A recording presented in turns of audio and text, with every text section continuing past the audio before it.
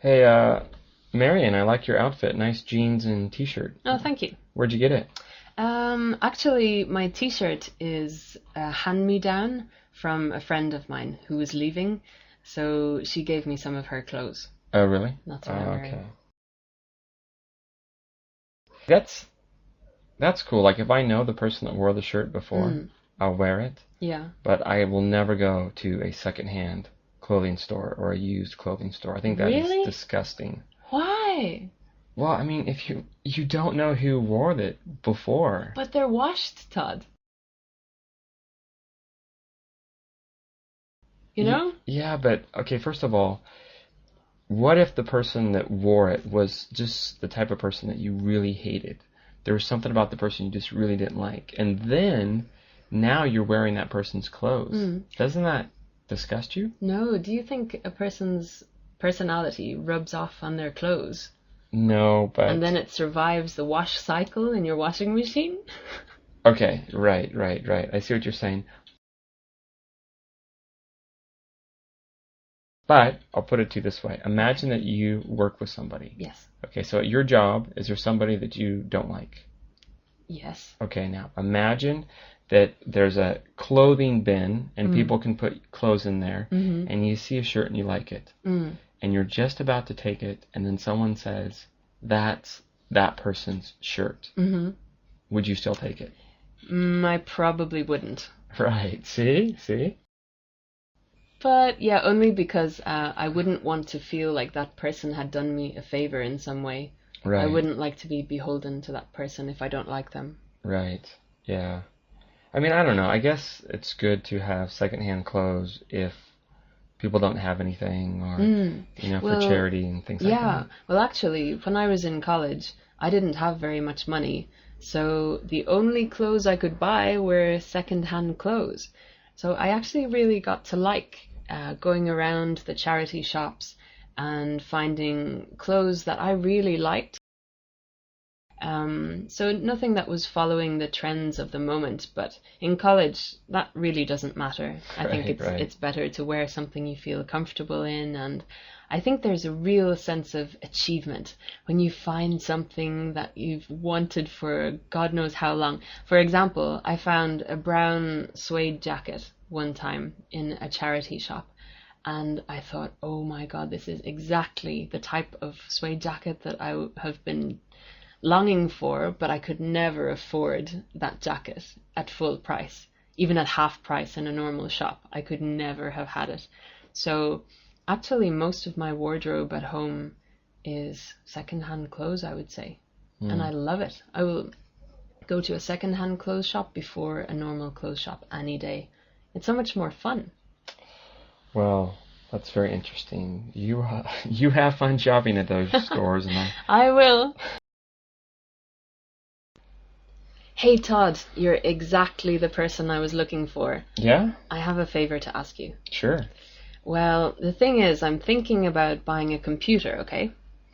But I don't know too much about computers, you know that. So I want to know which is better, a laptop or a desktop? Which do you think I should buy? It's a good question. Well, I'm not a computer pro, but Mm, I guess if you get a desktop computer for your house, there's a lot of advantages. It's has more memory, it right. has more power. Mm, You can get a bigger monitor for watching movies and things like that. yeah.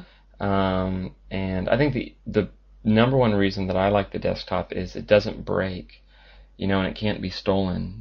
As easily, yeah, sure. Right. So when you have the laptop, you take it and you carry it everywhere, but that means it's easier to break. Mm, You can drop it, yeah. or it's easier to be stolen. Mm, So, on the other hand, though, if you just want to be mobile with your yeah. computer, then obviously you want a laptop because you can take it everywhere and you could use it in different places. Mm-hmm. So that's why actually I have two. I have a desktop and a laptop. Uh-huh. So you have the best of both worlds, really. So what do you want to use your computer for? Well, mainly I want to use it to keep in touch with my family and my friends. That's my number one reason. I'd also like to use it for work, to make worksheets and that kind of thing for school.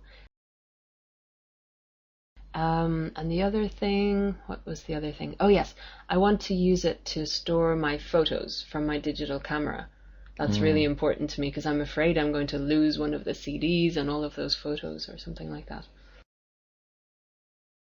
Well, how often do you think you'll be taking a computer with you to work or somewhere?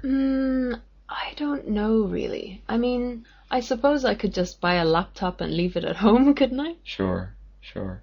Yeah, I guess if you're just going to use it for basic stuff, then maybe, I don't know, a laptop's good for you. Yeah, maybe.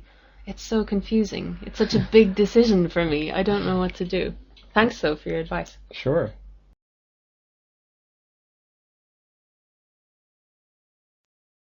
Hey, Marion, I was reading in the newspaper the other day that the economy in Ireland is doing really good.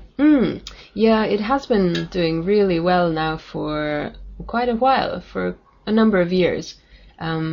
We call it the Celtic tiger phenomenon. Yeah. That's cute. The Celtic tiger, in reference to the Asian tiger, which used to be the growing Asian economies. Yeah, exactly. So Ireland kind of has that place in Europe at the moment. It has had, like I say, for quite a few years now.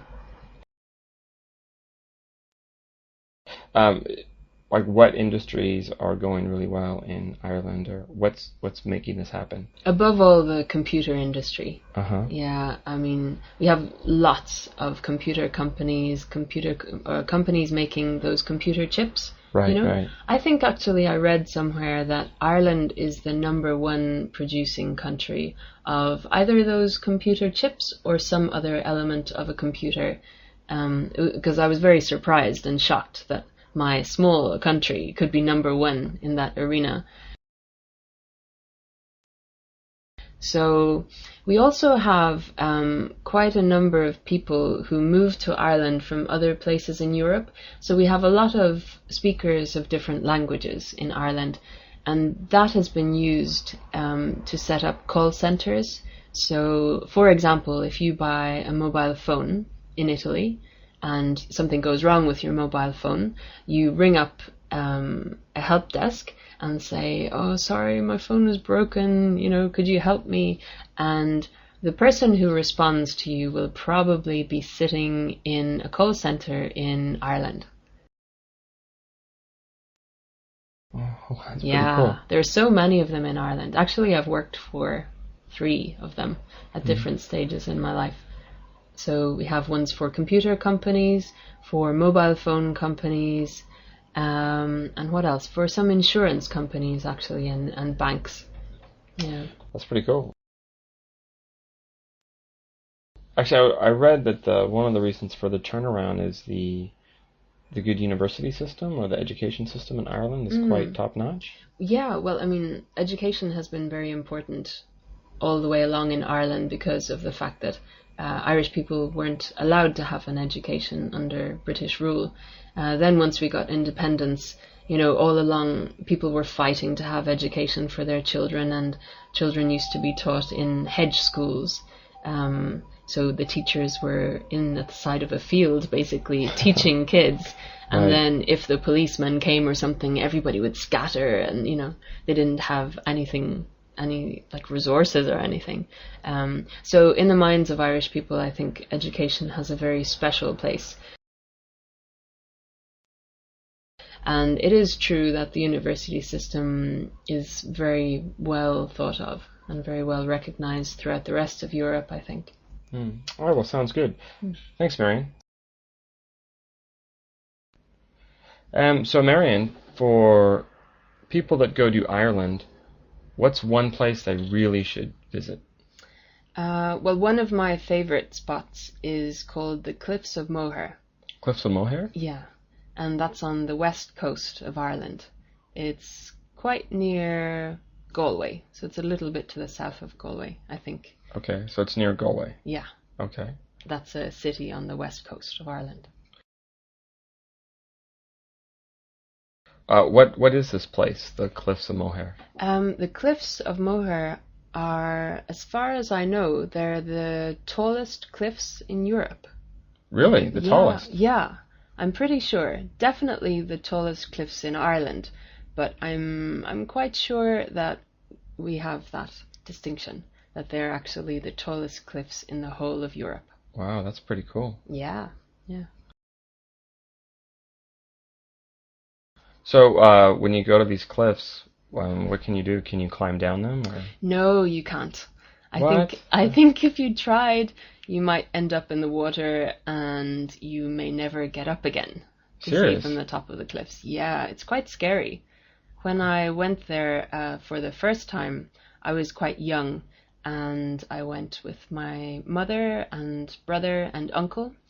And I remember my mother was holding my hand, and my brother, who is younger than me, was of course more brave than I was. So he was going right up to the edge and looking over and leaning out over, and I was really, really scared because at that time there was no barrier to keep you from falling in. So Man. yeah, really, really scary. I bet. Mm.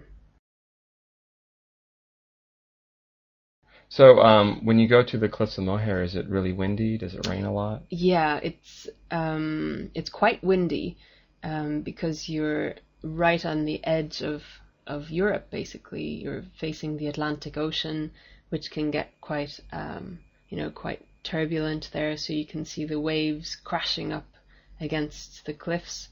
That's if you lean over, of course. There is a flat area of rock where many tourists kind of lie on their stomachs and inch their way up to the edge, and then they look over. But I was too scared when I went. I couldn't do it. I thought for sure I'd fall over and die. Wow. Mm. So, assuming that somebody goes to Ireland and they go to Dublin, they fly into Dublin, how would they get to the Cliffs of Moher?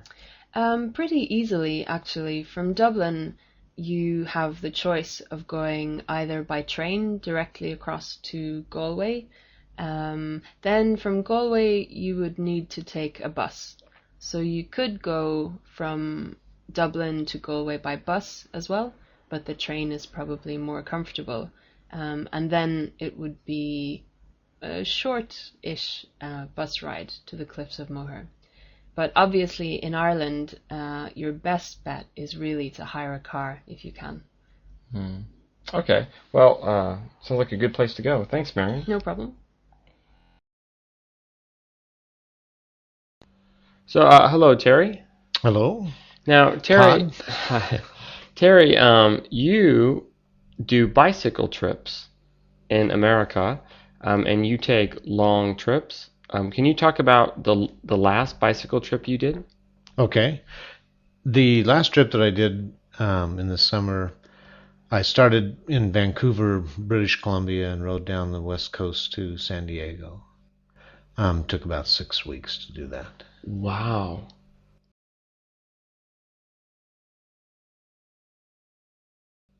So you started in Vancouver, and you went all the way down to San Diego. Right. How far is that? How many miles? Depending on the route that you take, it's about 1,800 miles, give or take. Man.